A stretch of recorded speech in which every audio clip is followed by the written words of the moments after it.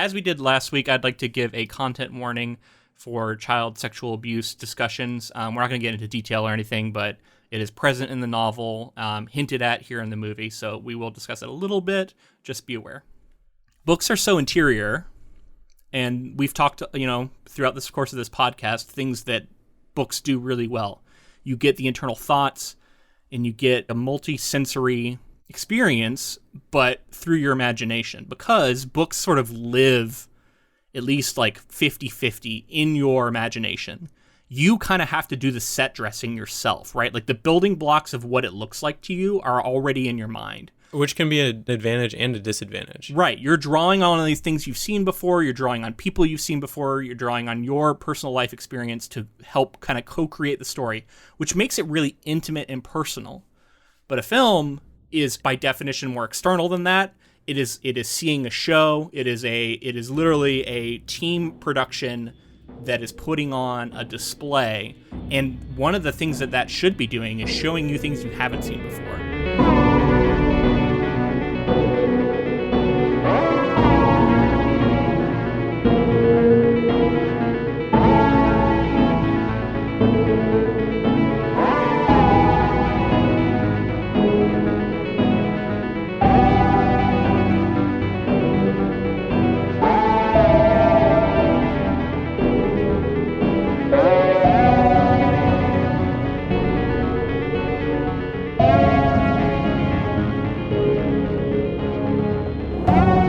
Welcome, friends, to episode 240 of the Ink to Film podcast, where we read the book and then see the movie.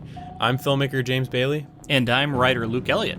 And this week we discussed Tomas Alfredson's 2008 film, Let the Right One In.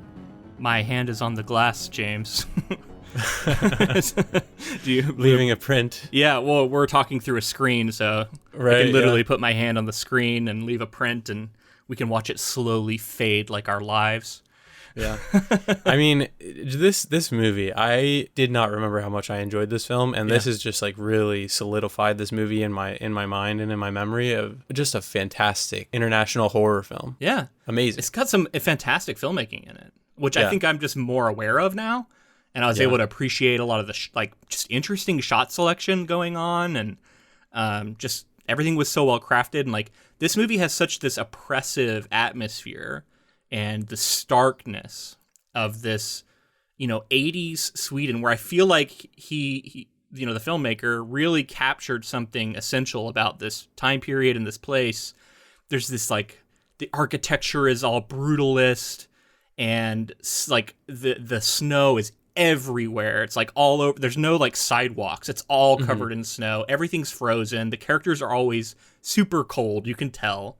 I think that seeps through the screen into me, and I thought that's great. Like a way to use a setting that is at least to an American audience so unique, and it's a period piece, and I don't know. You believe that these are kids who are going to sit outside in the literal snow to play a fucking Rubik's Cube game. like so much for Nintendo. Like you got your fucking Rubik's Cube in the snow. And it's like, it's bleak and it feels devoid of culture, like we talked about a little bit. There's not a lot going on. It's very like new development, all the things we talked about last week, to create that setting and to be as faithful as it was to the novel, because a lot of this comes straight from the novel. Absolutely. And I don't think you'll be surprised to hear, because I'm sure you saw his name, but John Ajvide Lindvist, who was the author of the novel, wrote the screenplay here as well and was heavily cool. involved in this process. So they were kind of working hand in hand. That always makes me happy to hear. Okay, so before we get into the episode, I just want to say a couple of announcements here at the start. First off, this episode is a Patreon selection from our quarterly polls that we run every quarter, and we'll continue to do that going forward. And if you are a patron, you can vote on these polls. And then this one beat out Fight Club, I think, just barely. So, join up, and then we'll be doing another one at the end of the year. And if you'd like to cast your vote on what you want to hear us cover next, that's the best way to do it. Also, I'm going to be at Worldcon in Chicago. I'm flying out tomorrow. I'm excited for it. I'm going to be on multiple panels, a couple panels about podcasting, another panel about adaptations with John Scalzi and Fonda Lee. And I'm going to be on, I'm going to do a reading. while I'm at the con, I'm going to have ink to film swag. I'm going to have some stickers and bookmarks and pins. You can put on your little badge, lots of little fun things. So if you do see me, or if you would like to reach out to me and you're going to be at the con, I can make sure you get some of those. Also, if you come to any of my panels or my reading, I'll absolutely be giving those out. So that'd be cool to see you, and let me know. And just for clarity's sake, the reading is his material. Yeah, the reading is my own material. That's a good point. We're recording on a Tuesday, but this episode will release on Thursday, and you're currently there. Yeah. If you're listening to this, I am at Chicago WorldCon. So yeah, come find me. I'm so glad that you picked up on all of the filmmaking techniques that are being employed, because I think I don't know about all of them, but I picked up on a lot of them. And I love me a movie that has patience and is willing to let a scene breathe. And I feel like this movie does a lot of that, and it pays dividends. Like, atmosphere in a good horror movie is indispensable. And I love to see, this filmmaker lean into it. Yeah, and my little emo kid heart can relate to this, right? Imagine seeing this, it came out in 2008, but seeing it maybe a little younger, and how it's saying a lot about youth and growing up and the things you don't know and the things you learn along the way. And it's, one of the characters is a lot older, but has maybe the temperament of a younger character. It's really interesting. We talked about this a little bit with a vampire character, what's being said about growing up and transforming and being the person you want to be. Yeah, so I guess we'll try and keep it fairly spoiler-free. Obviously, we just talked about there's this vampire, but I think that's, if you know anything about this movie, there's a vampire in it. But yeah, we'll save our more spoiler talk for a little bit from now, but if it's not already clear, we do really like this movie. I find it really interesting. There's so many themes and metaphors that you can pull out of the material that we talked a lot about last week. So if you haven't listened to our book episode, I would highly recommend checking it out. We also delve into a lot of the really tricky subject matter, because the book goes into a lot more detail with it, honestly. There's just a lot, just more explicit scenes. And we talk about whether or not that's even something that should be in books, and we have that debate. So if you're curious about that kind of stuff, check that out, because we probably won't rehash too much of it here. We also talked last week about gendering this character, which this character Eli. It was kind of unclear to us in the novel how the character identified. Yep. And so we felt that as there's a moment of reveal that happens in the novel, and that was sort of our key to take okay, that's the gender of this character. Yep. And it's a little tricky here in the film as well. Well, let's make it clear. So in the book, it's she, her pronouns up until the point of the reveal, and then it switches to he, him. Now, I guess we're still before spoilers, so I won't explain who we're talking about. We're not going to follow that same path this week. You want to explain why? Right. So in hearing the director talk about the film after the fact, he refers to the character as a she. Yeah. So although there is, I believe, maybe some translation stuff going on there. Yeah. It's still a bit unclear what this character actually identifies as, but there are a couple of things that are said I'm not a girl, or I'm not right, something like that, and that sort of can be have a dual meaning. So as far as we're concerned, we're going to refer to this character as the director does, and assume that he's doing it with the best of intentions and understands the character. Yeah. So yeah, just that caveat out of the way, so you're not confused. As I was talking about with these metaphors and sort of themes, one of the themes that I thought was a little more present here, that is, I think is in the book, but it just was highlighted here for me, is this idea of innocence being taken at a young age, and then how that will affect you throughout the rest of your life. I see that present in the character of Eli, and then I see that at the potential for that in Oscar. And so much of this is about childhood trauma, and then also the legacies of violence, similar to what we talked about with Stephen King.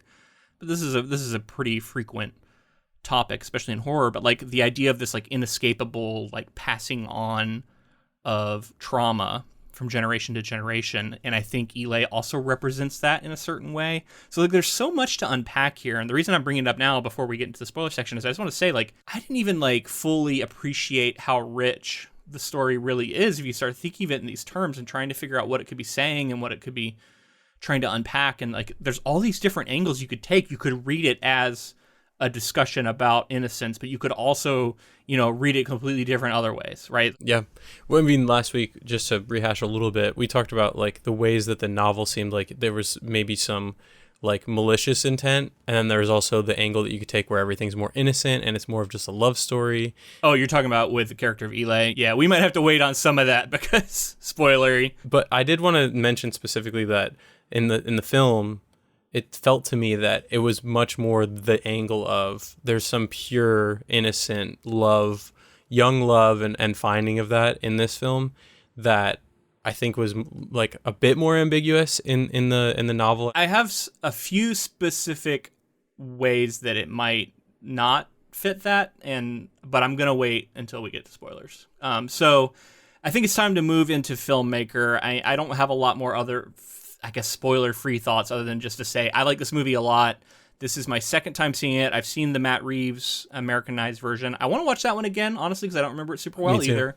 But yeah. I just feel like this was my favorite of the two when I saw them both, and I kind of doubt that it's going to be able to usurp this because I think this movie has just gone up in my estimation on this second viewing, kind of like you were saying. So whenever that happens, I'm like, yeah, I don't know if the other one's going to really be able to rise to this. And also, like, in an inherently Swedish story, yeah, we're getting the viewpoint of people who have lived it and authentic and appropriate. It feels very, and it feels like the kind of thing that's really difficult to recapture because it's so specifically to this person's voice. Do you remember if the other one's in Sweden or was it moved to America? I think it was in America. Yeah, see, and that's just not going to be the same. It's just not going to be the same. And the way that this film burst on the scene too in like 2008. Yeah, with, like, that's pretty rare for a movie, kind of out of nowhere, especially in that time period. And then took the entire world by storm. Like it's the kind of film that it does happen, and it's definitely happened historically. I don't want to say it's uncommon, but a lot of people have seen this international film. Yeah, because this is probably before like streaming was a big thing, right? 2008? Around, yeah, I think it was starting to get big around like 2008, or at least it was starting around 2008. Yeah, so like, I mean, nowadays, yeah, stuff goes to stream, stuff is on Netflix, everybody has access to it, it's very easy. This is the kind of film that went to like international film festivals and did extremely well. Yeah, I feel like this was word of mouth. Like, I heard about this from fans of horror who were like, this movie coming out of Sweden, you gotta see it. Like, a lot of people saying things like, I know it's got subtitles, but it's worth it, because a lot of people don't like watching subtitle movies, so... And I think, streaming has been good for that. I think a lot more people, you think of something like Squid Game that completely took over the world for a little while there. Like, people are becoming more accustomed to international, which I think is amazing, the more like interconnected storytelling. But this was at a time where it was not as frequent, I think it's safe to say, even though it did happen. For people who aren't massive film fans. Because big film fans have always been, like, this has always been of huge, course. This international market. And, but it, like I said, it came on the scene and it just completely blew up. And so let's talk about the filmmaker a little bit and sort of where all this came about. I don't know anything about him. I'm really curious. Yeah. So Hans Christian Tomas Alfredson is a Swedish film director who is best known internationally for directing the 2008 vampire film Let the Right One In and 2011 espionage film Tinker Tailor Soldier Spy. Oh, wow. Wait, is that the one? With Gary Oldman. It has Gary Oldman? Oh, so he did that? Yeah. English language? Yes. Wow. Yeah.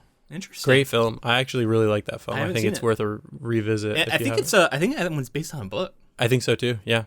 So Alfredson has received the Guldbagge Award for Best Direction twice. In 2005 for 4 Shades of Brown and in 2008 for Let the Right One In. I mean, this movie looked great and it seemed like really well directed to me. Yeah, and this is like the Swedish like Academy Awards basically. He's won Best Direction twice, so big deal in Sweden for sure. And interestingly, he's the son of director and actor Hans Alfredson and brother of director Daniel Alfredson.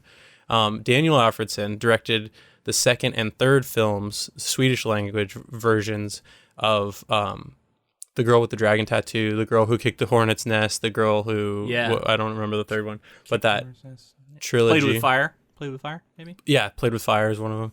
So he directed the second and third. I've actually never seen those original Swedish versions. That one's an interesting one. One day we're going to tackle The Girl with the Dragon Tattoo. And I want to, yeah. I'm going to be really curious to see what I actually prefer because I like Fincher so much, and I think his version is actually underrated.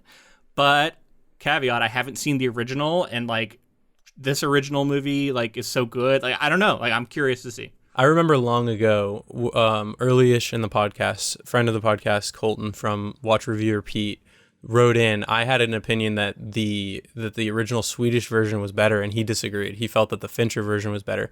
And it's crazy to think because, again, sort of I don't know if that it's inherently a Swedish story, but it was written, I believe, by Swedish. No, yeah, the author's Swedish, I think. And then the idea that maybe an American version by Fincher, because he's such a strong visionary director, might overcome like all of the obstacles to be better. Like that's pretty crazy. I'd like to check that out at some point and kind of compare and contrast. Let us know if you'd like to hear that. So after finishing the work on the Let the Right One In, Alfredson publicly announced that he would not make any more films in the foreseeable future. He stated that he had grown tired with the Swedish film and television industry, which he considered drained of power, courage, and gravity. Wow. So this is between 2008's Let the Right One In and 2011's Tinker Tailor Soldier Spy. Something did not rub him the right way in the release of this movie, it seems like. Which is crazy because, like I said, very well received. Yeah, but I mean, he must have gotten some pushback or something because that like, you know, that they're watered down and, you know, like it seems like he must have hit some controversy or something with this movie. Must have, yeah. Or just like some powers that be were trying to maybe control him a little more than he felt he wanted to. Oh, maybe. I wonder if there's if studio forced some stuff into this film. I don't know. Or out of this film. I don't know. So while he received several offers from Hollywood producers, he was reluctant to leave his home, children, and colleagues. But in March of 2009, he announced that he would partake in a big international film production. In 2009, he signed to direct a film adaptation of Jean Le Carre's 1974 novel, Tinker Tailor Soldier Spy. All right. Another one we could do. I would really like to at some point, too. And this film premiered in 2011 at the Venice International Film Festival. In 2012, after the release of Tinker Tailor Soldier Spy, it was announced that he had acquired the rights to make a film adaptation of Astrid Lindgren's novel, The Brothers Lionheart, which I'm not familiar with. No, I never heard of that. But Alfredson was going to direct, and John Ajvide Lindvist was going to write the screenplay for it. So getting our duo that we're currently covering back together for another film in 2012. But as far as I could tell, that film was, got stuck in development and was never released. Bummer. So kind of a bummer. And then the reason I'm saying all this is because he kind of said he wanted to leave the film industry, but his most recent project in 2017, at least film project, he directed a film called The Snowman, and it was widely panned. Oh, I remember that movie coming out. It's got Michael Fassbender in it. Yeah, I never saw it, but I remember people did not like that movie. Despite the all-star cast and popular book series the movie was based on, it was derided by critics and received a 7% rating on Rotten Tomatoes. Wow. What happened there? Brutal. I don't know. Couldn't tell you. And I haven't seen the film, so I don't know anything about it. I do know that there are plenty of films out there that have very low Rotten Tomato scores that are actually worth seeing. So it could have been just experimental and just didn't hit the right audience at the right time. And maybe the fault lies a little bit with the subject matter. It's hard to say because I haven't read the book either, so I don't know. So in doing reading and research for this project, I've read that John Ajvide Lindvist and Alfredson both kind of dislike vampire stories, which is interesting to note. When you write a vampire story, you would think that you would at least have some sort of, I assume that they do to an extent, but I think their point being is they were tired with the format. They were tired with the way that vampire stories were being told. And that's why this film really doesn't feel like a vampire story in most senses. It's exploring topics that come from being a vampire, but it's much more centered around some of the topics we've been talking about, like coming of age and in like really bleak environments with violence around and loss of innocence, Yeah. I saw this quote, I think I sent it to you, where John Carpenter was praising this movie. Yeah. He was talking about how it was funny because it was like a referencing like someone asked him a question about like modern horror movies or like recent horror movies, and this was the one he pulled, and I'm like, not really that modern anymore. Carpenter was, 14 years old, but okay. Anyway, he was praising it because I think one of the things he commented on was how it kind of reinvigorated the vampire genre, and I can't remember if that was his quote or someone else's I read, but it makes sense because vampires as a genre, similar to zombies or werewolves or any of the like very identifiable monsters that have sort of been done to death, we're at the point where it's really difficult to do interesting new things with them, but not impossible. And sometimes, that can look like this. Sometimes that can look like taking something and making it humorous or, taking it in some sort of unexpected way. And yeah, I think that's what they're touching on there when they say they don't like vampire movies. They're probably talking about vampire as a sort of cliche within horror that people go to when they think about vampires. They're not as interested in that, but they decided to do something here that is very different. And I think vampirism is just a vehicle for that. So I think it does work in that way. I love, seeing these two artists work together and having this shared connection. And it seems that, having the two of them come together was not easy. Alfredson wanted to get involved with a film adaptation of this material. And there was apparently like 40 different people who all wanted to adapt this project. So it was like competitive to get a chance. The film project started in late 2004 when John Nordling, a producer at the production company EFTI, contacted Ajvide Lindvist's publisher to acquire the rights to the film. At first, the publisher apparently like kind of laughed when he called, and he said that he was like 48th they put on the list, but then they called John Ajvide Lindvist directly, and it turned out that he and Alfredson had a lot of the same ideas of what kind of film they want to make, and it wasn't about the money. It was like the right constellation, is what they say. That's cool, man. That's like honestly kind of the ideal situation in some ways, right? Like having options as an author and being able to say like, who am I most interested in pursuing this with? Who seems to share my vision? We talked about this with Sandman recently, like finding the right person to work with if you want that more collaborative adaptation process. And we're seeing it work. I'm not saying it's the only way it can work. We've seen other ways, but it is a way that does seem to work pretty consistently. And like, I don't think it's a bad idea to have the author heavily involved, as long as they're not someone who's going to, be a control freak and drive it off the rails, then you're probably going to be, fine. Yeah, I mean, I think it'd be hard not to be, right? If it's your baby that you've created this story, and to watch someone, even if you're working on the screenplay, like decisions are going to be made that you might not agree with. So you have to have really good taste, I think, and you have to be able to see the good in changes. Well, and this is something I was thinking about recently, because I'm going to be on this panel talking about adaptations and like, why do we do adaptations and what are they good for, kind of thing, and the differences in medium. And I was thinking about how authors, some authors fully get film as a medium, but I think it's safe to say other authors, maybe they fully understand like what makes novels work and are masters at that, and they like movies, but that doesn't mean that they understand the creation of movies and like what is necessary to make a good film. And that disconnect, that little bit of a gap in like expertise and knowledge can sometimes, I mean, I don't want to keep going to Stephen King, but like we've seen some Stephen King adaptations that are quote unquote faithful, and Stephen King has been really happy with and been like, yeah, this is, my version of this thing I want. And the movie isn't really that good, because sometimes being faithful doesn't translate super well, and things need to be changed, because each medium is very different. And if I can just for a second, I was thinking about this, and I think I'll talk about it on the panel, but books are so interior. And we've talked, throughout this course of this podcast, things that books do really well. You get the internal thoughts, and you get a multi-sensory experience, but through your imagination. Because books sort of live at least like 50-50 in your imagination. You kind of have to do the set dressing yourself, right? Like the building blocks of what it looks like to you are already in your mind. Which can be an advantage and a disadvantage. Right. You're drawing on these things you've seen before. You're drawing on people you've seen before. You're drawing on your personal life experience to help kind of co-create the story, which makes it really intimate and personal. But a film is by definition more external than that. It is seeing a show. It is literally a team production that is putting on a display. And one of the things that should be doing is showing you things you haven't seen before. Showing you images, making you hear things, making you feel things. You got the full court press between a score and between performance and all these different actors at the top of their game and artists at the top of their game. Cinematography, all these like language of cinema, like the eye of a cinematographer, unless you're one yourself, like you probably don't have that in your mind. So you're not picturing things that way. And it's cool to see that through another person's view. So in the adaptation process, you're putting on a show of the story. And that show of the story is a really cool thing, and it serves a different purpose, and it reaches a different audience.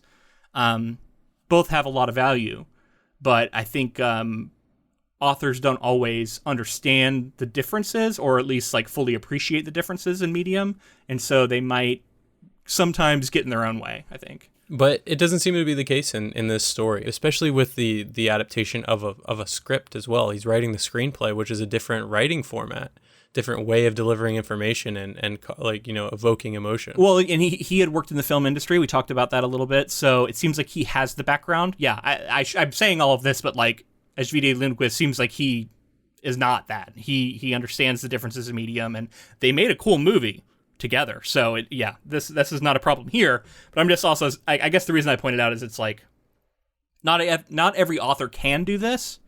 Just because you can write a novel doesn't mean you can write a screenplay, doesn't mean you can adapt your own work.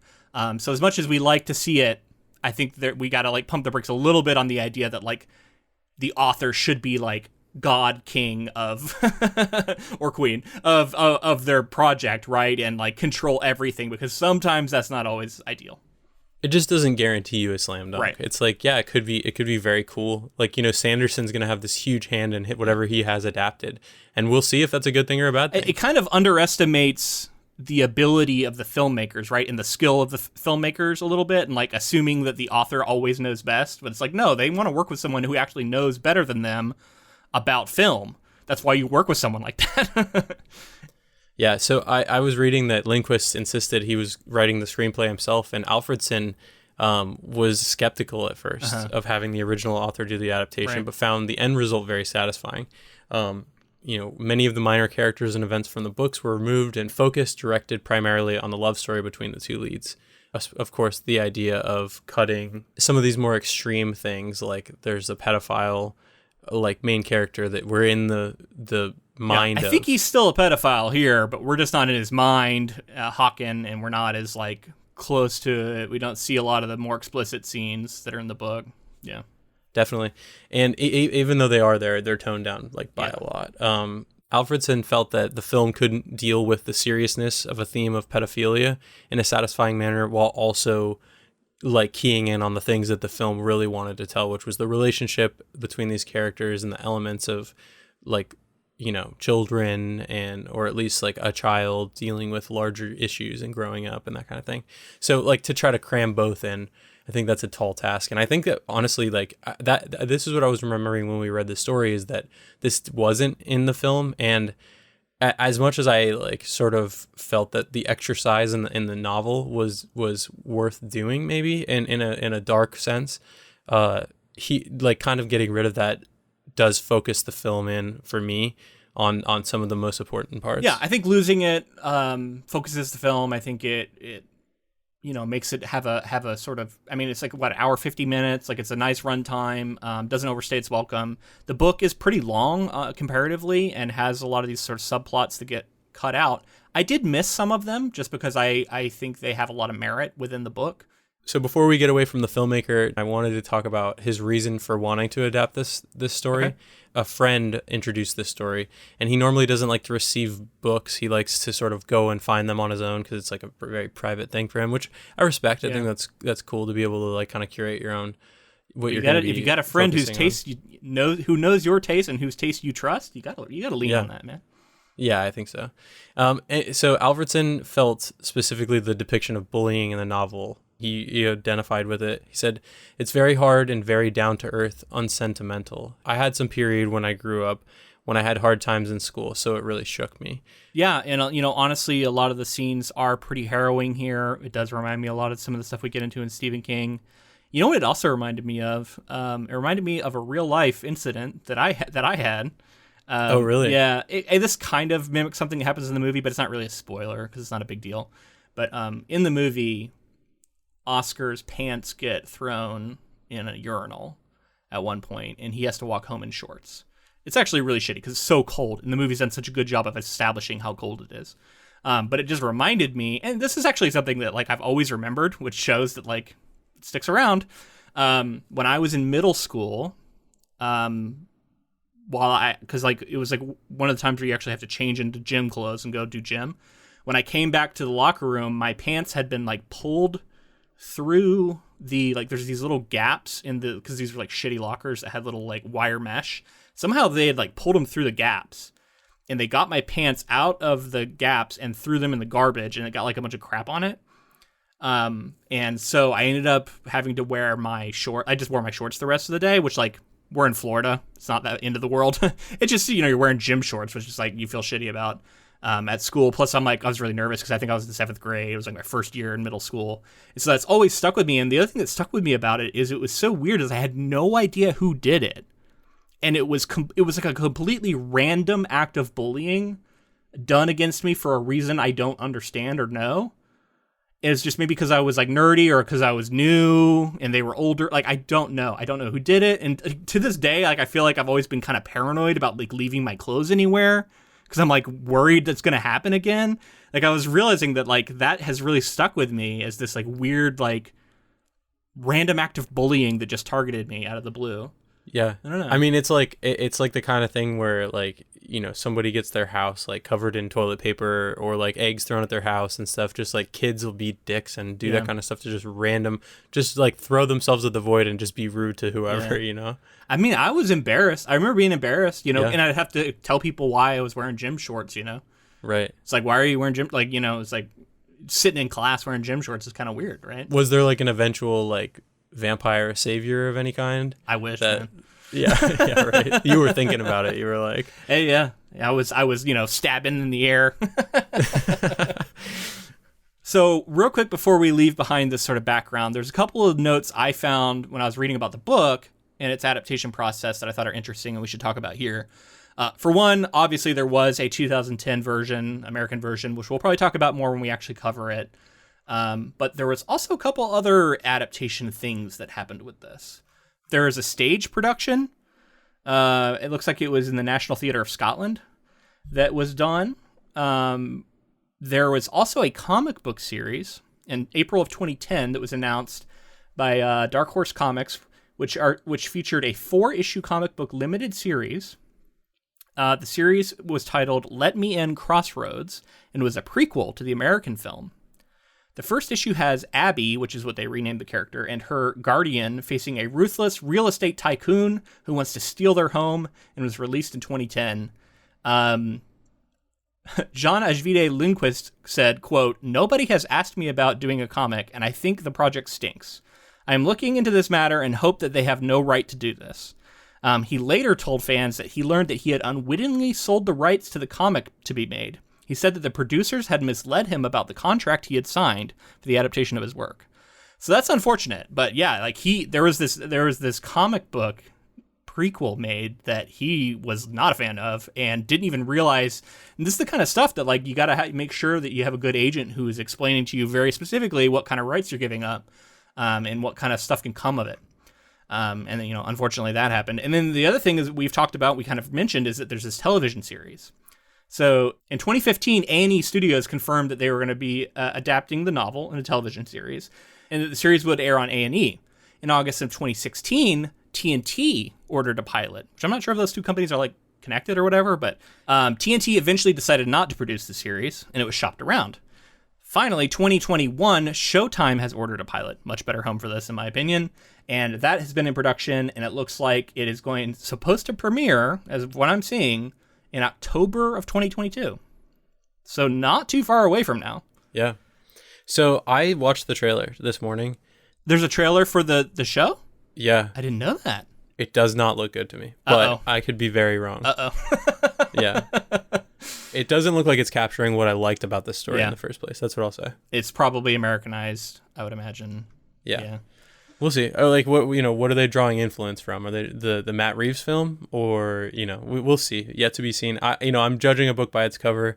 I'll have to check it out before I pass judgment. I'll have to check out that trailer though. I'm curious. So yeah, I'm going to start by reading a bit of plot here. This is going to be full spoilers from now on, so check out if you're not looking for that.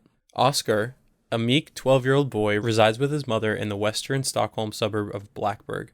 His classmates regularly bully him, and he spends his evenings imagining revenge, collecting clippings from newspapers and magazines about murders.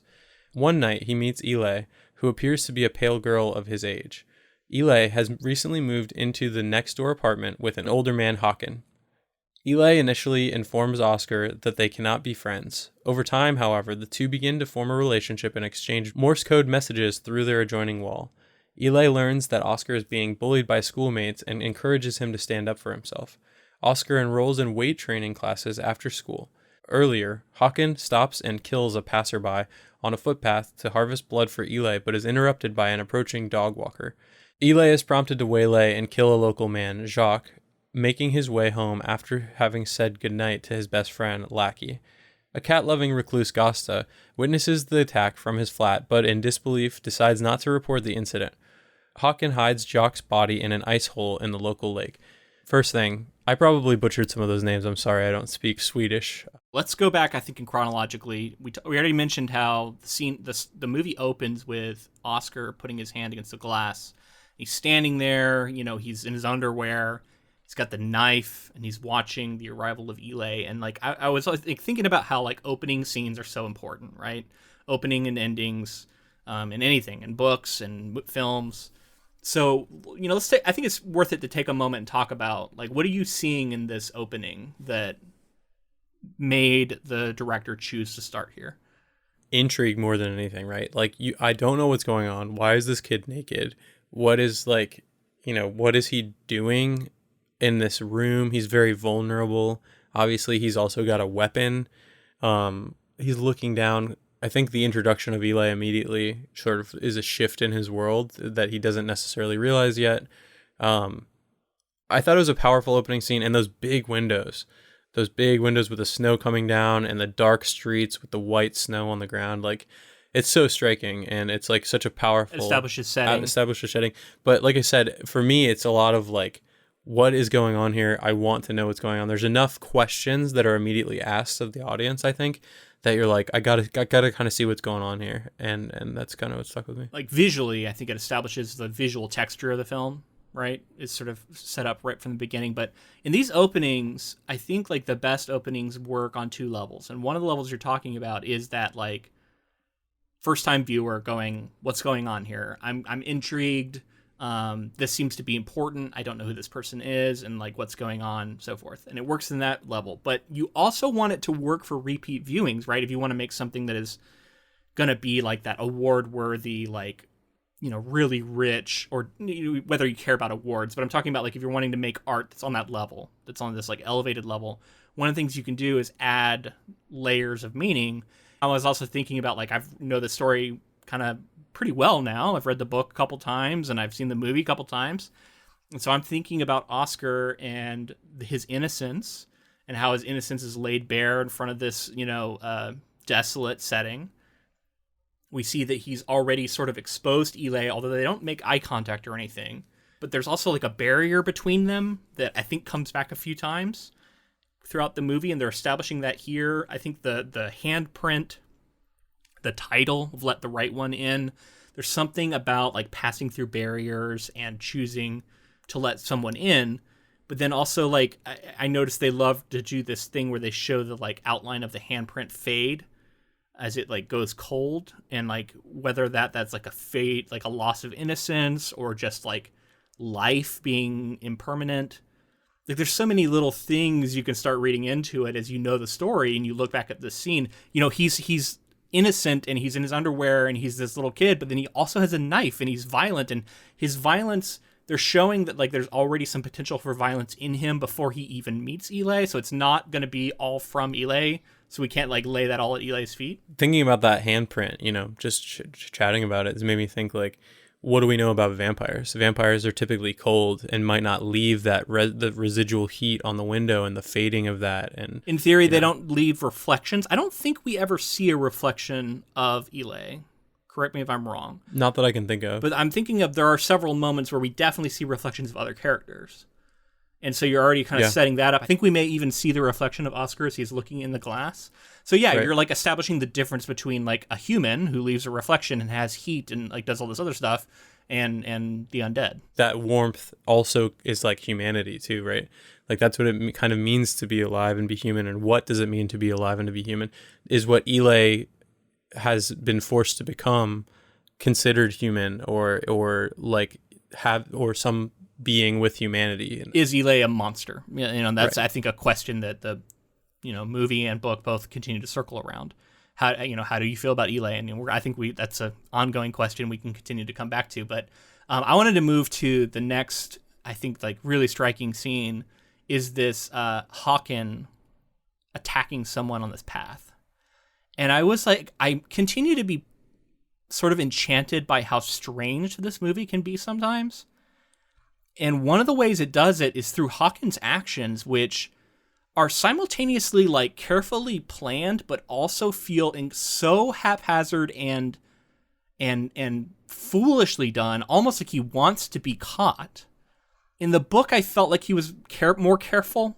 I wasn't picturing, at least, him being in the broad, wide open, under all these like bright lights, drags the guy like right off the path he kidnapped him at, it seems like. And so some other people come walking along and stumble onto him. Like, it's so bad. And then, like, it happens later, but like his other attacks are just as bad and just as poorly executed. And Hawken is a character that has been changed quite a bit in this version. And one of the things they do to me is make him seem inept in a lot of ways. And his ineptitude, I think, takes away some of the sympathy for the devil kind of theme that I think was pretty present in the book, where Lindvist really wanted us to understand him as a character and feel some sympathy for him, even as we find what he's doing abhorrent. And here, the movie seems less interested in that. I'm sure because of the pedophilia angle, it got sort of sidestepped. But that is an interesting thing that is left out of this adaptation. And this version of Hawken, to me, I just am more comfortable with everything that happens to him because he seems like he kind of brings it onto himself. He's not good at what he does. He's a fool. He has bad motivations. And I don't know. He's just pathetic in the movie. Like, he is scary, don't get me wrong, to an extent. But this is just the start of me going like, well, this is a very different version of Hawken, because I don't know how you do this crime in this way without like having some desire to get caught. I don't know. Yeah. So my read on this was he is so accustomed to killing, and it felt so casual that he was just like, I've never been caught. I've done this a million times. It was very business, right? Business-like. And he just walks up, wide shot, like you said, super wide shot. He just sort of strolls up, kills the guy. He's stringing him up like it's nothing, like he's killing an animal. It seems like he has nothing to live for. Like, he doesn't care. And that's in contrast to the version we got in the book, because the version we got in the book had a lot of mixed, like, he didn't want to do this. He hated that he had to do this. He even has an argument with Eli later, which we get like a little bit of, maybe they're arguing, but we don't know why in the movie. But like, he deliberately says, like, I do not want to do this anymore. I can't keep killing people for you.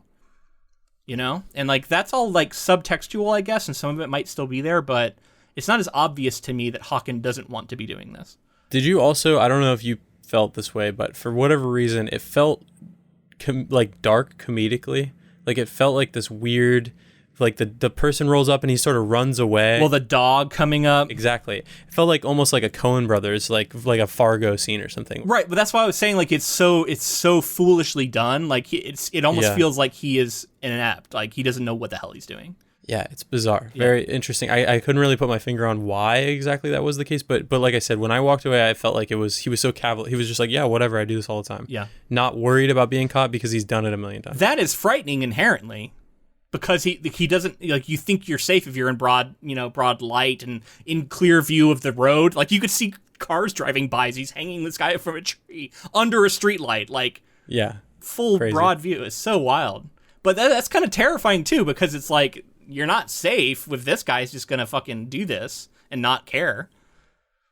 All right, so there's also this moment that made me have a little, like, hypothetical that I want to propose. It's me, it's Luke. Go into my local bar by myself, take a seat in the corner.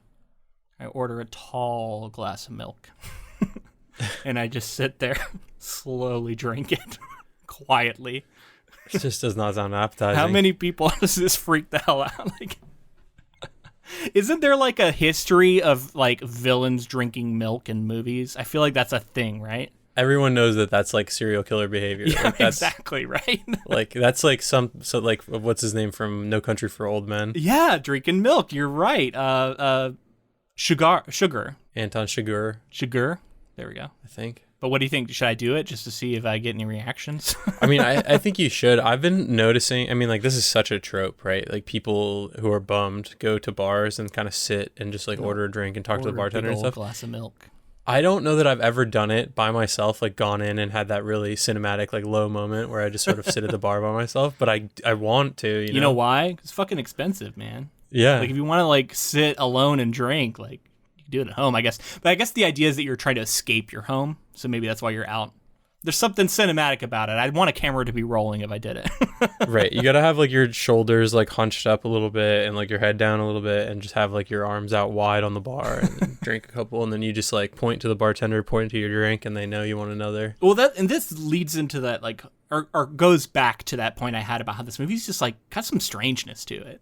Yeah. And like this moment's strange. I don't know if some of this is cultural. Or if it's just like inherent.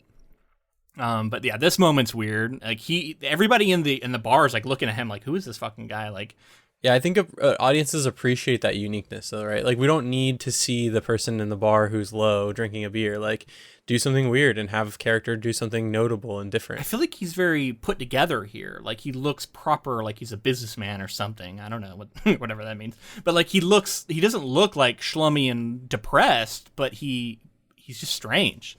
He just kind of wanted to go out and see the local scene. Maybe, you know what it is it's like a normal thing to do, right? Yeah. Like an adult would like go. But also I think he has had an argument with Eli, so there maybe is a little bit of that, like wanting to leave home.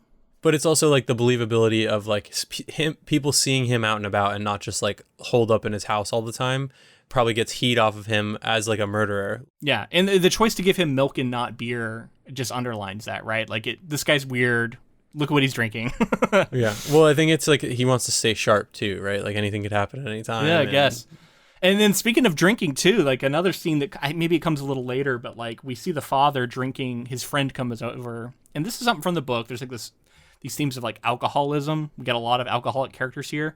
But I was just thinking about how alcohol is sort of shown in this world, and how to me it seems like it's like if these people want something, and so they're turning to this drink, and yet it's a lot of like frothy beer and then vodka. They're just drinking this clear, I mean, maybe it's schnapps or something, I don't know, but it's some sort of clear liquid that they're just pounding shots of.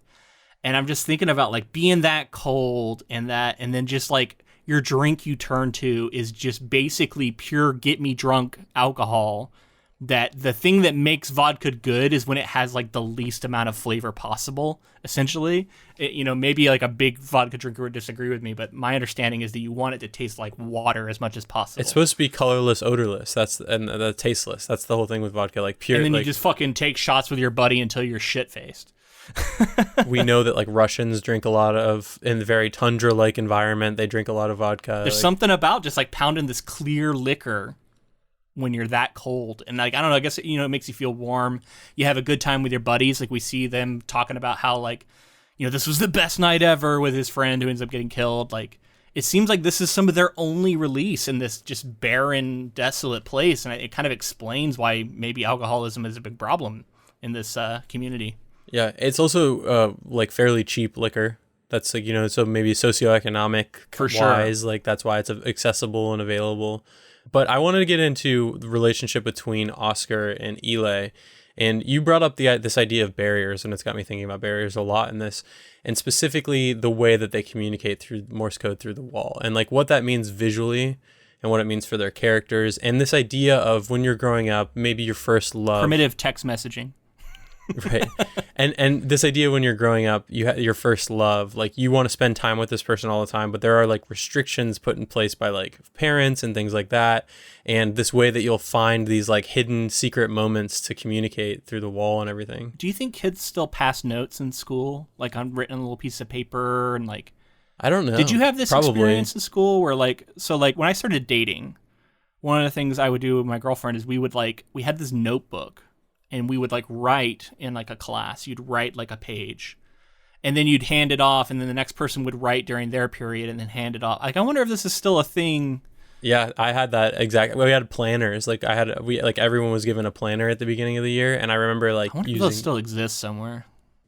Yeah, dude, and like writing notes and stuff. I remember like just like I had so many notes that we would write back and forth that we would just hold on to and put in a box somewhere and stuff, like that kind of stuff. It is interesting because why would you send a physical note, when you could just send a text now and it's like not traceable? You don't have like, because the other thing that would happen is occasionally you'd have a student or a teacher be like, "You want to share that with the class? Yeah. Read what you just wrote," I've heard horror stories of people who like having it read out in class, that kind of thing. Hand it to me, I'll read it. Yeah. I mean, I've seen it happen, and I think one time I was passing notes with a friend of mine and we had to read it out loud, but it ended up not being completely horrifying. But I mean, like, you just have to eat it at that point, right? Like when they're trying to take it from you, you just put it in your mouth and you're like, it's gone. Sorry. The weird thing for me was always like, I would finish my classwork immediately, and then I'd have 10, 15 minutes left at the end of class, and I'd be goofing off and like passing notes and shit.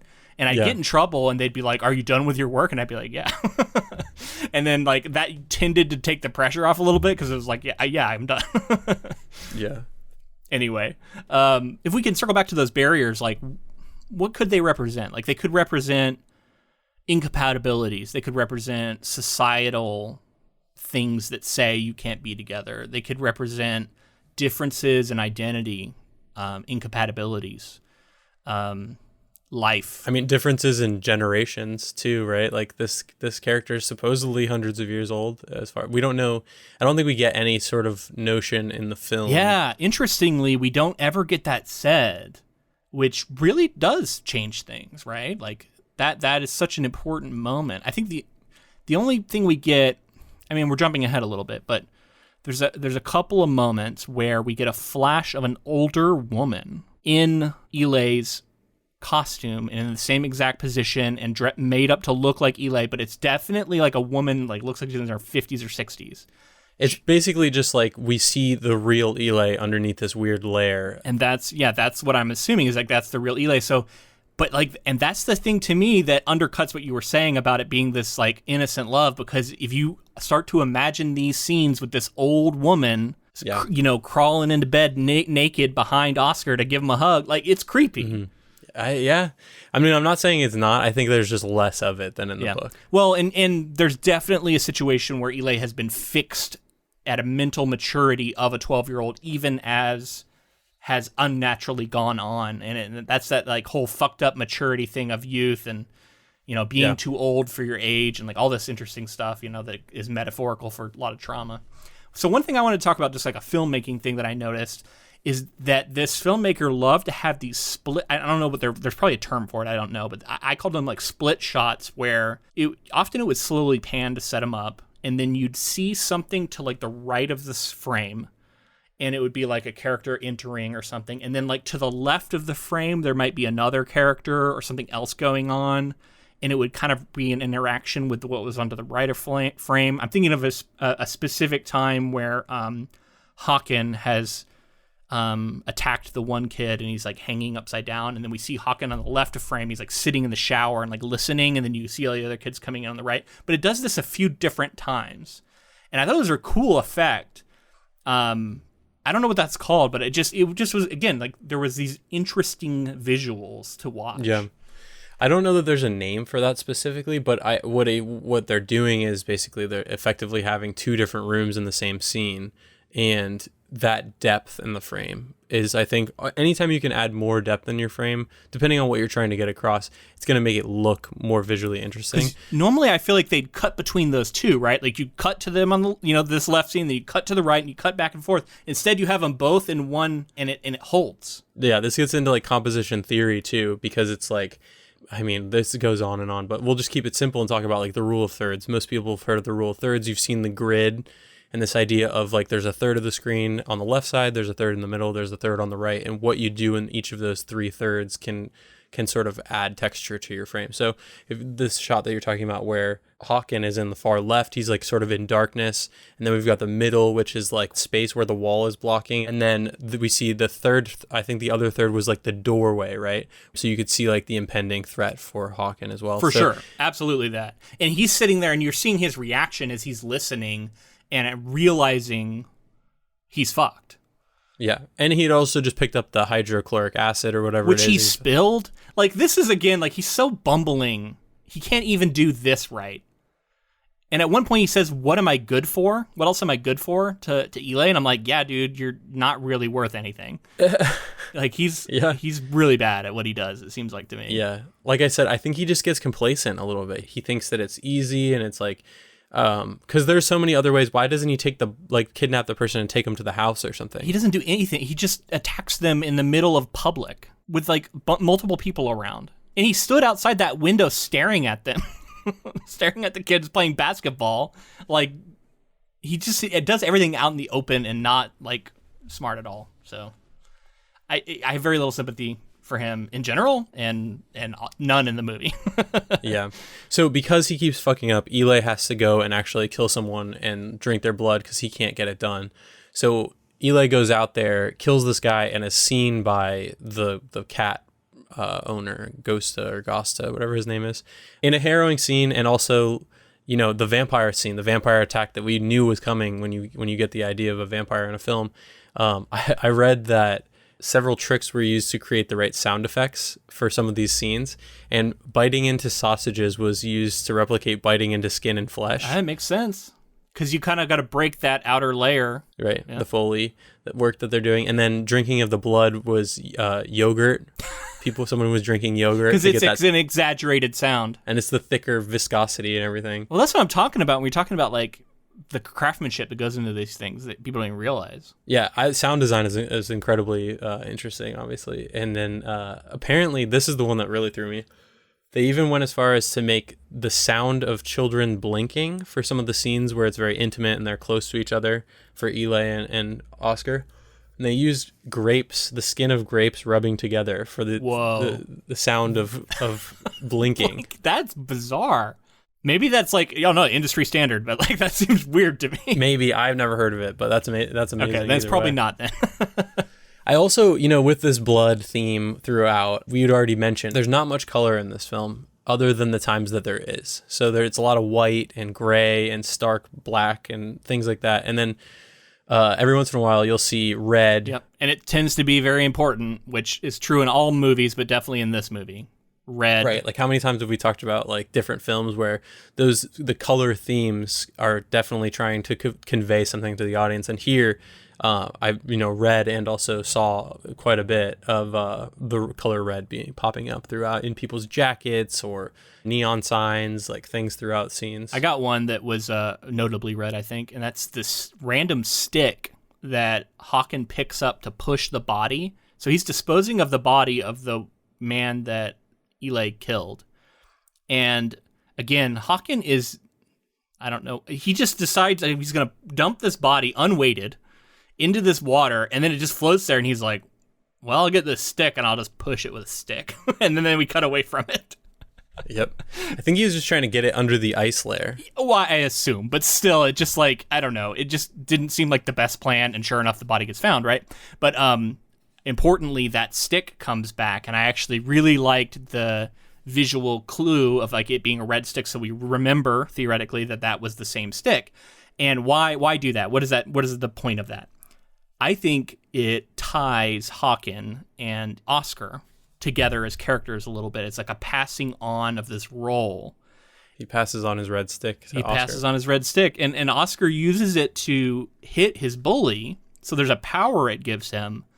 But also it's like violence. It's the things he's going to have to do if this is the life he chooses. And that passing on of the role, I don't know, like, I guess I was thinking, like, I'm remembering way back to when I originally saw the movie before I read the book, I was thinking about that, like, the trickiness of Oscar is sort of inheriting Hawken's role. But I think that was a lot clearer in the book, and now going back to it, it's a lot clearer to me watching it. And this is, I think, a visual connection, but I do think a lot of people who just watch it for the first time might not be thinking about that complexity. And maybe it's there to be found, but like maybe it's more of like a second viewing, or when you come back to it and think about it later, like, oh, because I agree that this movie like almost leaves you feeling more happy. I mean, it leaves on like a happy note for Oscar, and I can see just like taking that at face level and being like, yeah, this is great, happy ending for Oscar, happy ending to this horror movie. But I keep feeling like this is not a happy ending, really. This is he's gonna be a serial killer, and okay, maybe that's okay for him, that's what he wants, but like there's a lot of violence in his future, I think. Yeah, it's dark and twisted. It's not just like some clean happy ending, right? Which is good. We want that kind of weird ambiguity, something unique and different in our storytelling. This is not a criticism. I think it's cool. Right. I just been picking up on it.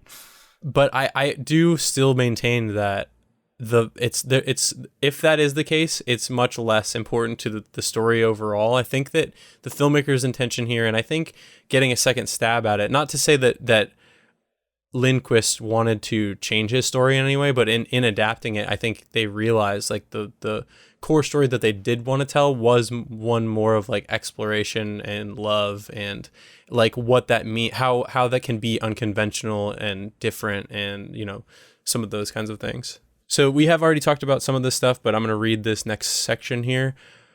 Hawken makes another effort to obtain blood for Eli by trapping a teenage boy in a changing room after school. When he is about to be discovered by the boy's friends, Hawken pours concentrated hydrochloric acid on his own face, disfiguring it to prevent the authorities from identifying him.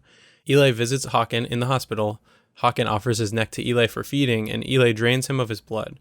Eli goes to Oscar's apartment and spends the night with him, during which time they agree to go steady, though Eli states, "I'm not a girl."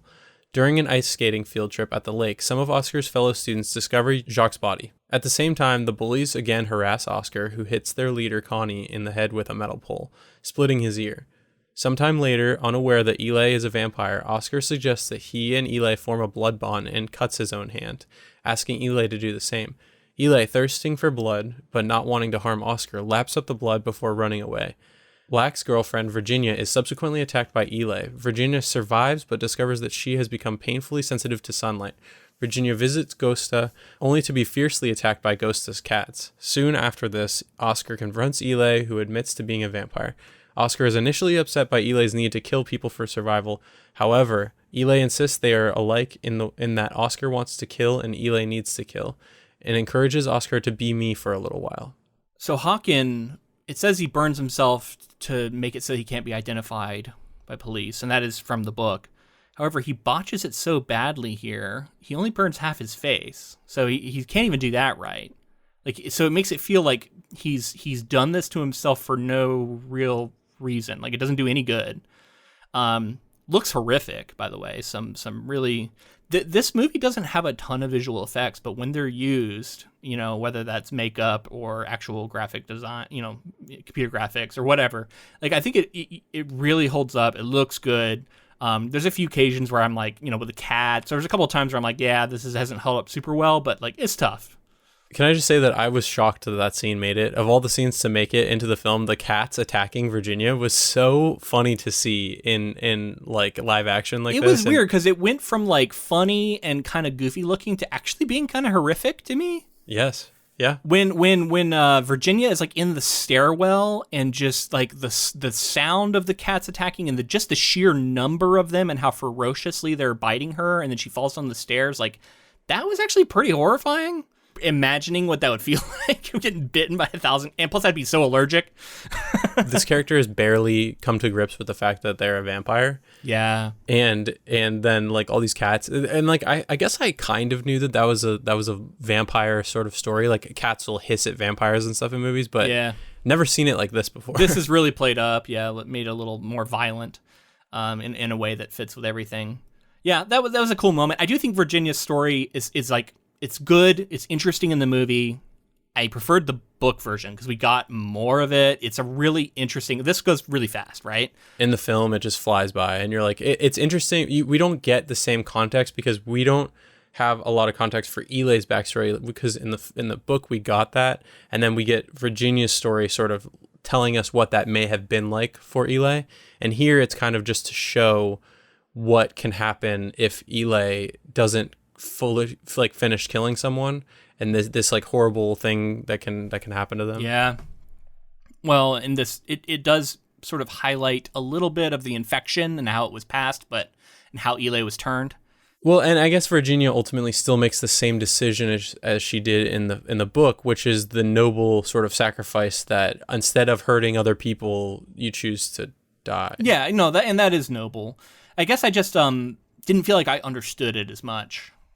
For her, we didn't see her drinking her own blood. We saw her like smell her own blood, but that was, I don't know. We didn't see the desperation, I think, that was really conveyed in the novel. That was, very interesting. I really liked that sequence in the novel.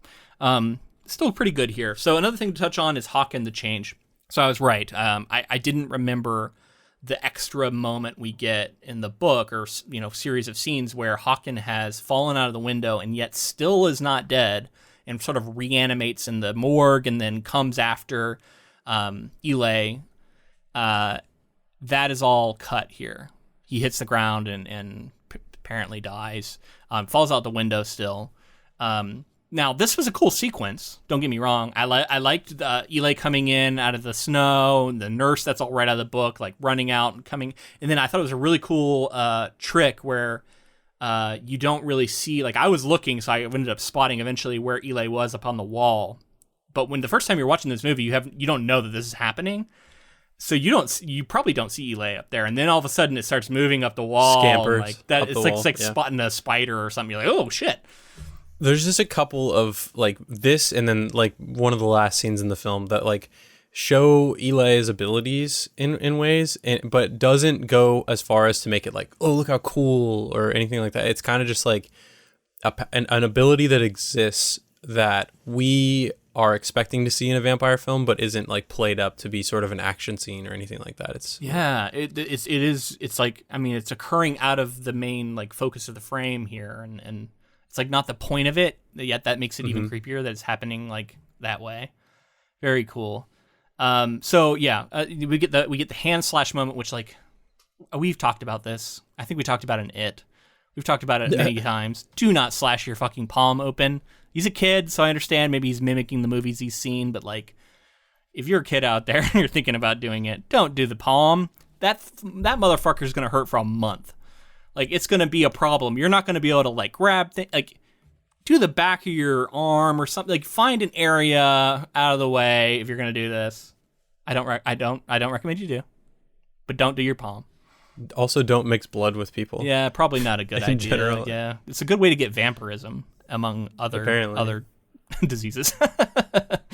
But yeah, this whole sequence I thought was cool. This is where we first see the flash of the older woman in Eli's costuming, and it happens so quickly that I think I caught it the first time, but like you could be forgiven if you miss it.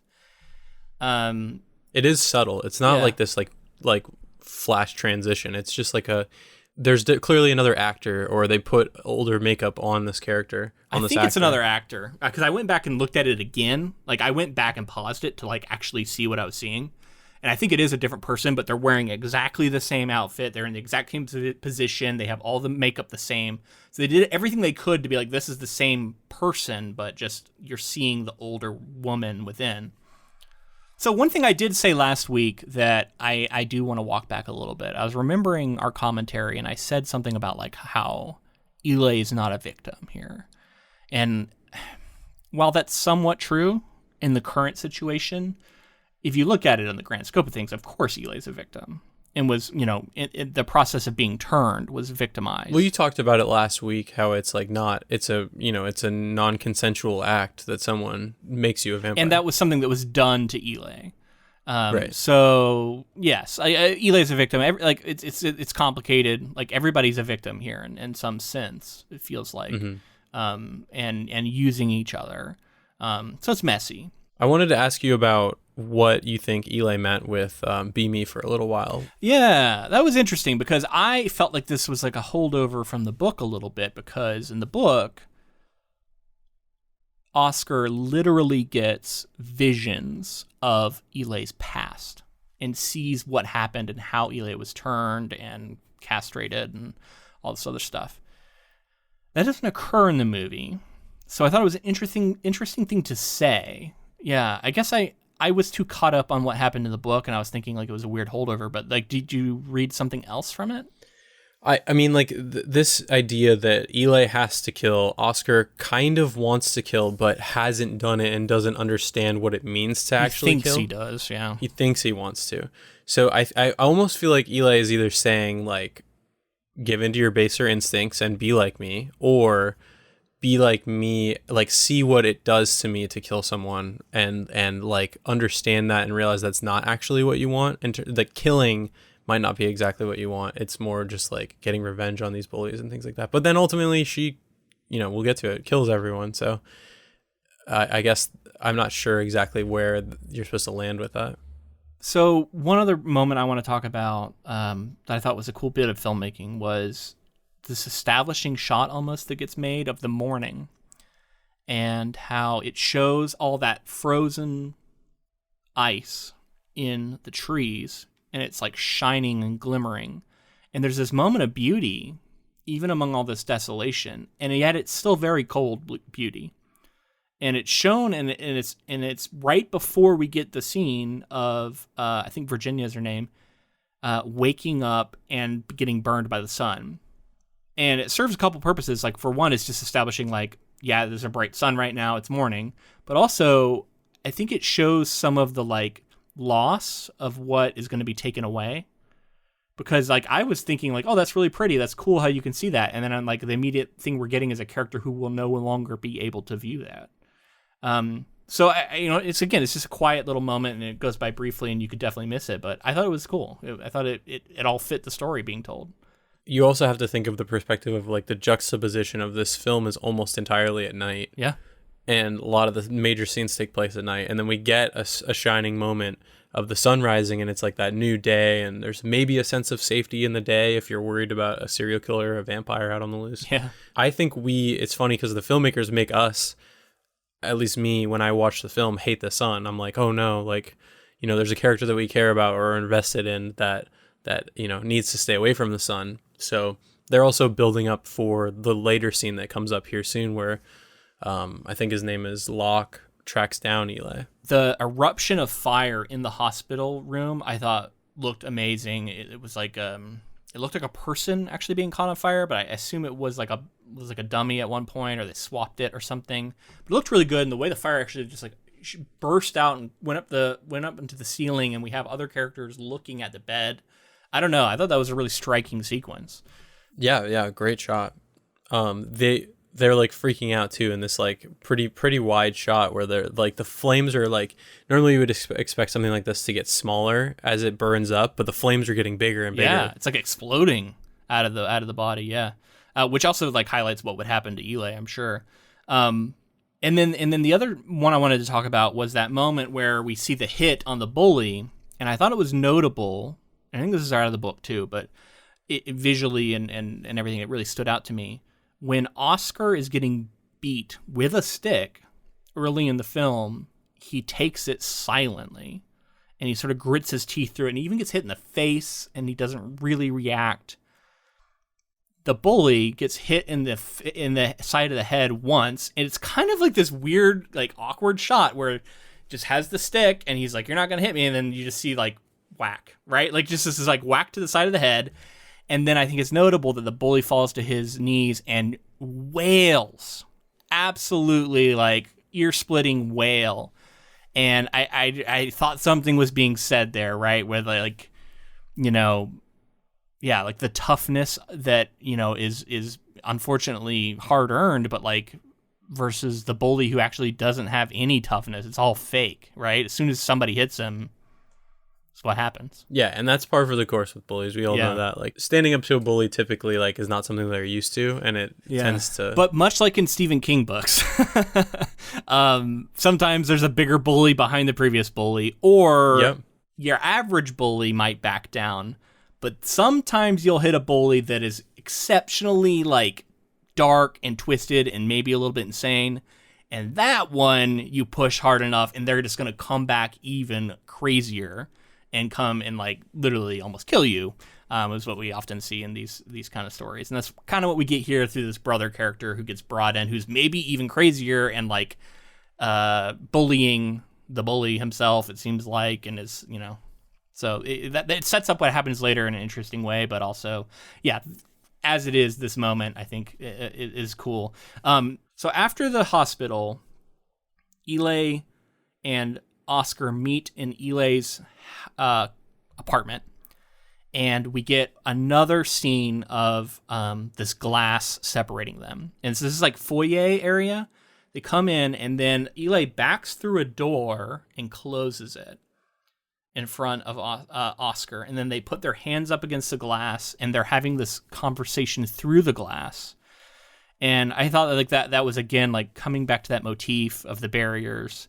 And then also that is sort of mirrored and echoed in the literal barrier, or I guess maybe not literal is not the right word here. There's like a metaphysical barrier that is shown when Eli has to welcome Oscar in, has to invite Oscar in.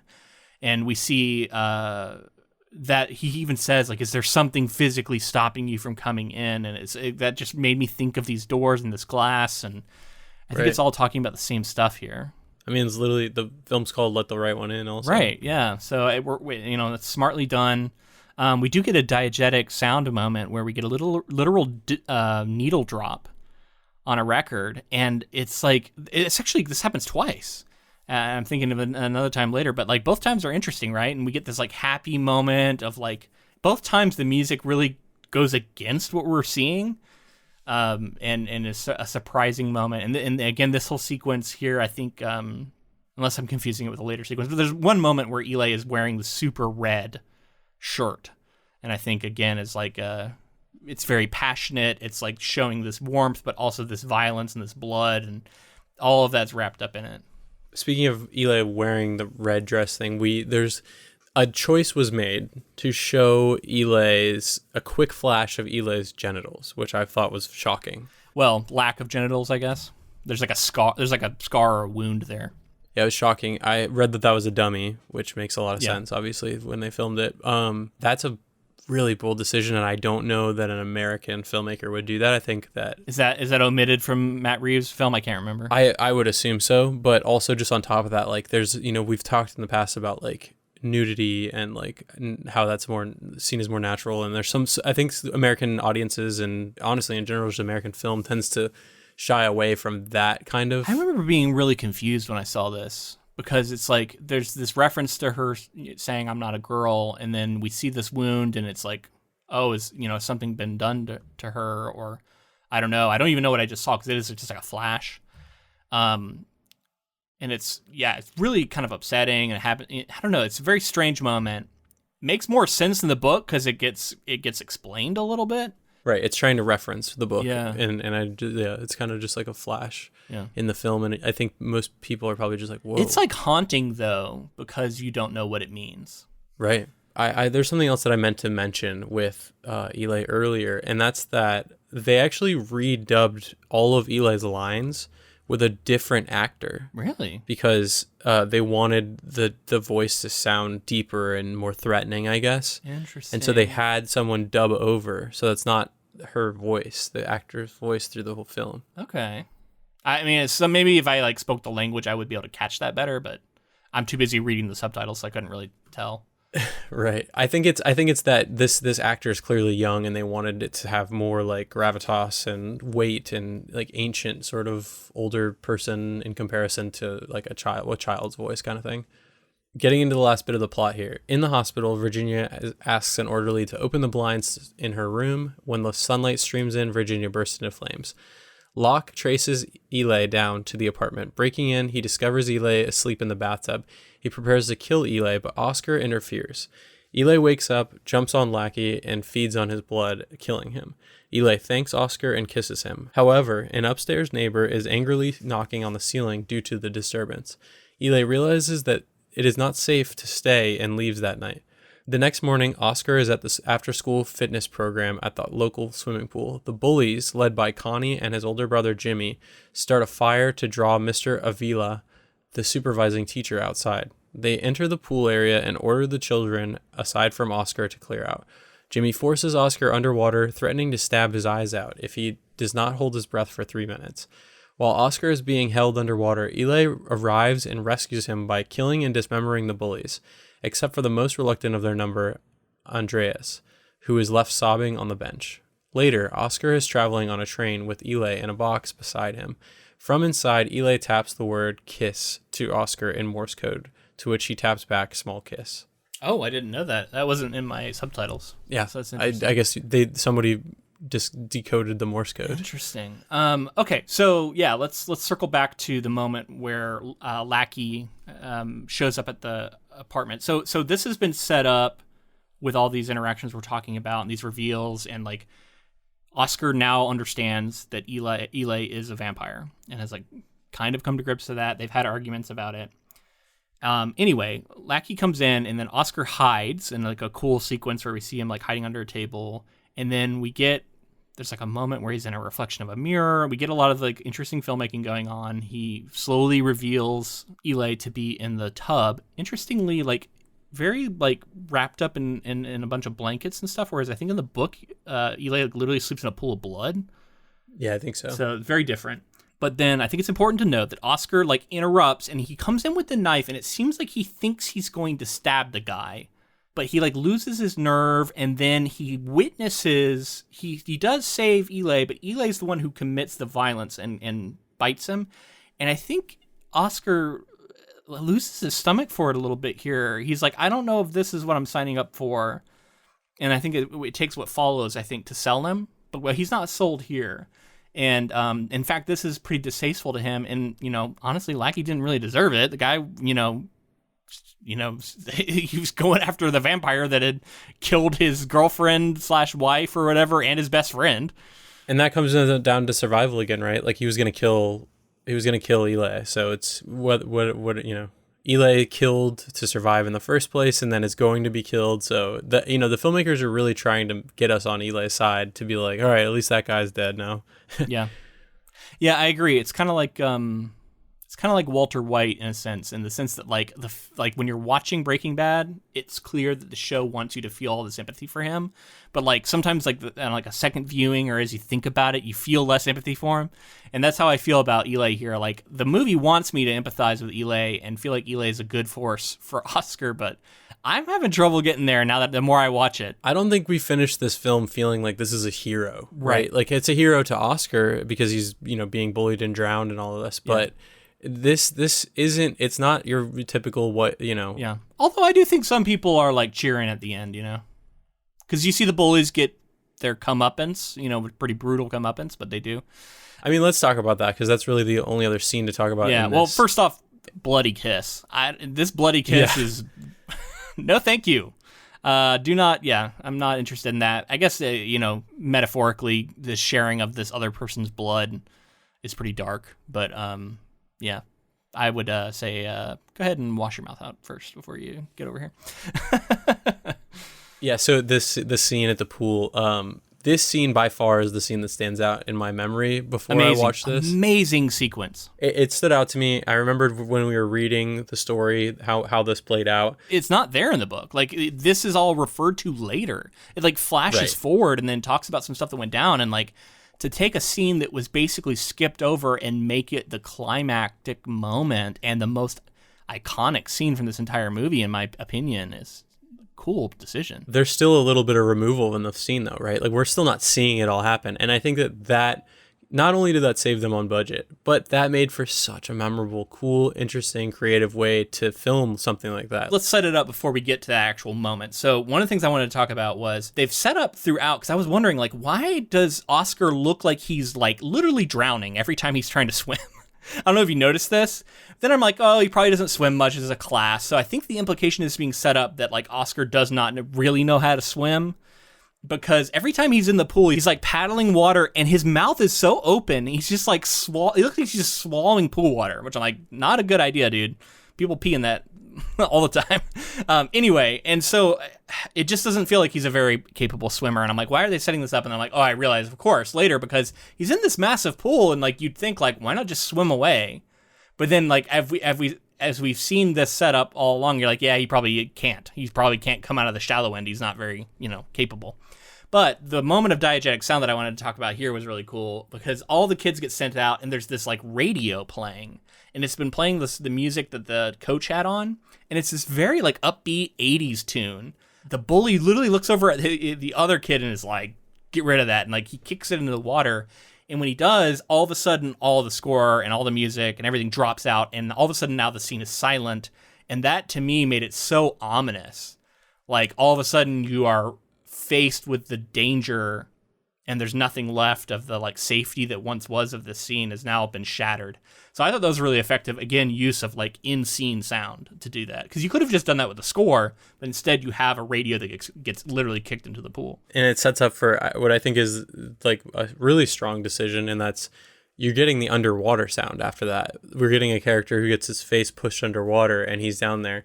And I don't know about you, but every time there's like a breathing scene where someone's about to have to like hold their breath, I always feel like I need to do the same. So I try to hold my breath, and the person's like 3 minutes and I'm like, no, there's no way. Give me like 20 seconds in and I'm like, yeah. But yeah, such a cool sequence. And like, it's interesting to me that Oscar sort of goes into this like meditative state, and so much so that Eli has to pull him out. I don't know. Like I feel like I was expecting him to struggle more, but he doesn't. He's like given over to this moment. Like I think he thinks he's gonna die, and he's sort of just given up, and he's literally saved by Eli. So I guess that's what that's saying. But like, man, what a way to show that. Like, can we just talk about the legs? You're underwater, and you know what it looks like? It looks like you're looking through a mirror. Like you can't see what's happening above. There's a barrier. You can't see what's happening above the water. And then all of a sudden, these legs dip into the water, and then gets dragged the entire length of the pool. And then a head gets pulled out, and then like a head comes flying in. And like that is such a cool fucking sequence. Like so clever, and I think it's done practically. Like you just have the kid like you drag across the pool, kicking his legs. Looks amazing and is so memorable. Totally agree. I mean, it's like I said, the scene that I remembered from it, showing less and in that way, kind of referencing the film because it's still removed. We still don't know what's going on up above, but it's so effective in being super creepy. Still not showing, like I talked about before, still not showing Eli's true abilities, sort of shielded from us. It's not meant to be this cool thing that's like, oh, we're supposed to love vampires because they have superpowers. It's like this like dark moment where a bunch of kids are being torn apart by like literally an animal at that point.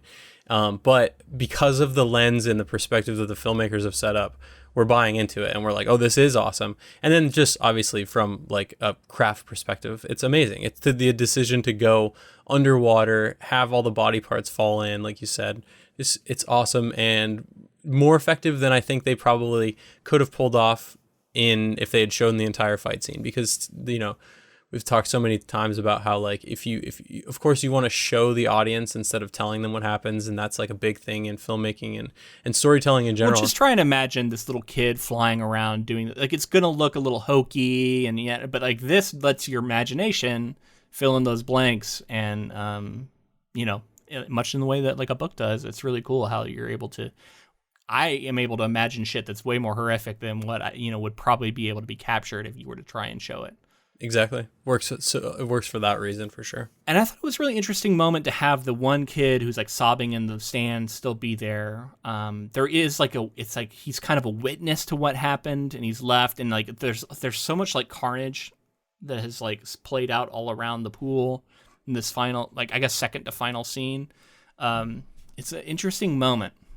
The implication for me again comes down to like the reference from the book. The reason that kid's still there is because that's the kid who let Eli in. Oh, interesting. Yeah, someone had to let Eli into the building. Well, we didn't hear that. It's off screen. Yeah, I feel like that's made more clear.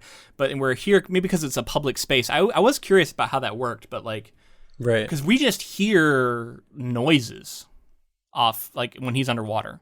And we hear like shouting, and then we hear like a tussle, and then we hear screaming and stuff like that. Yeah. Like, I think you hear glass break, maybe it comes in through the window, something like that. I'm not sure, yeah. Sure. In the book, I remember them saying like Eli sort of like taps on the glass and calls someone over. Like, who's to say that wasn't happening the whole time that he was being bullied? Yeah, could be. And then we get that final sequence again. He's on the train. I didn't remember this. I didn't know that it would made it into the movie, but it does. We end on a moment where Oscar looks like happy and in love, and he's got this box, and it's like almost like a sweet, tender moment. And, we've talked at length now about how like the movie tends to make you want to feel, but then like on second thought, I think you might feel differently. So I think that's cool. I think that's a cool way to make a movie, and I think it does work.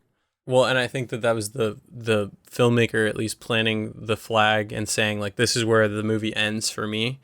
Because if you don't have that scene, if you don't have that final scene and just leave it at the attack, then it's way more ambiguous and you're like, whoa, so what happens from here? This clearly, like you said, shows a happy Oscar. Who knows if he's even like understood what he has coming in his future.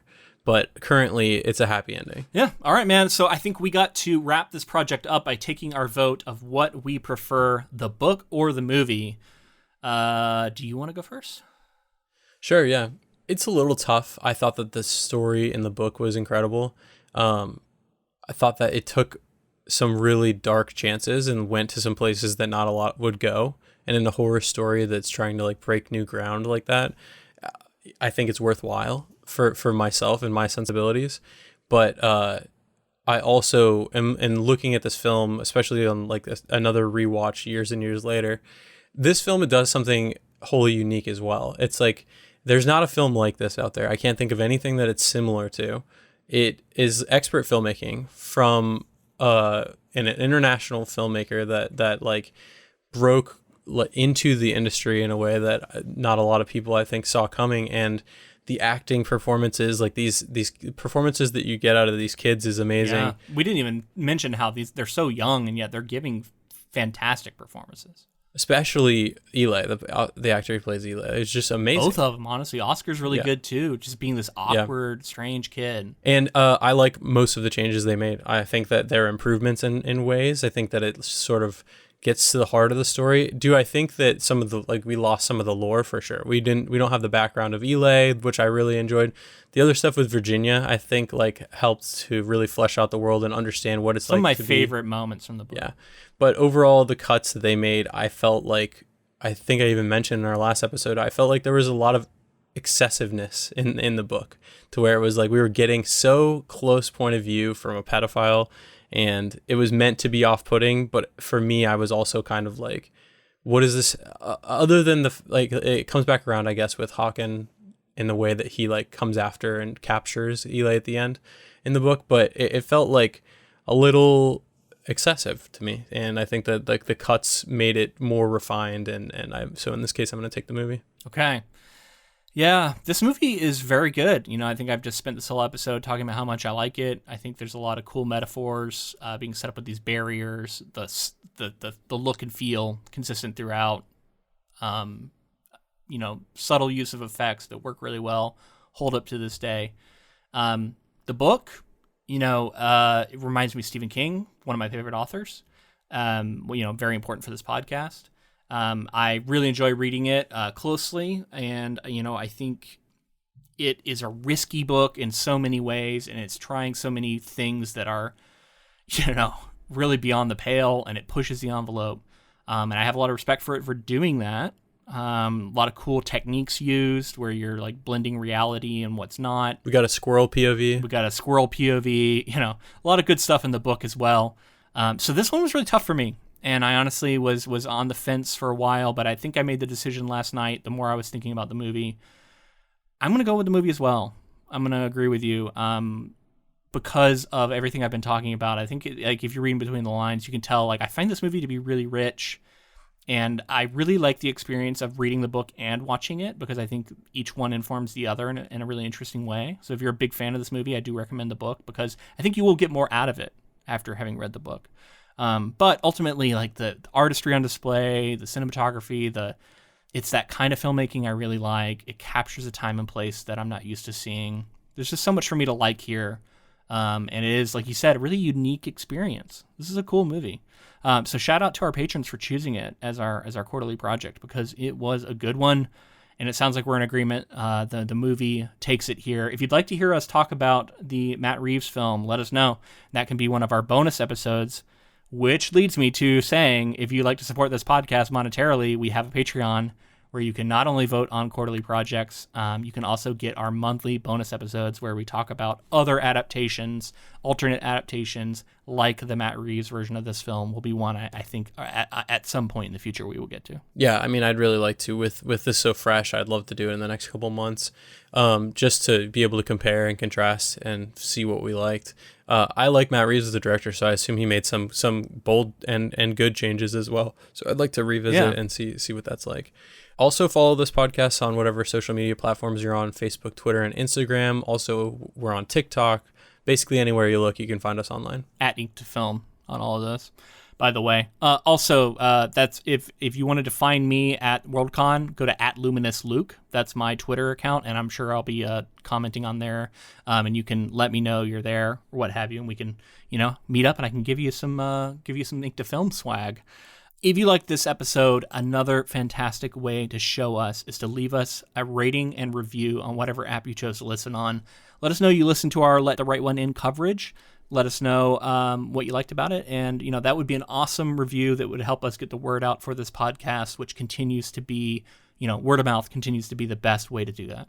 And thank you to Ross Bugden for the use of our intro and outro music. All right, that's going to be it for Let the Right One In. We have now finally tackled this project that honestly has been on our list for a long time. I remember I put that on our list when we started out. That was one that I had been looking at as a potential cover, so I'm glad we finally got to it. So again, shout out to our community for choosing that. We normally would announce our next project here, but because I am going to Worldcon, we're going to be taking a week off, and there's a little bit of uncertainty about when we're going to start The Hobbit. Now, The Hobbit is coming.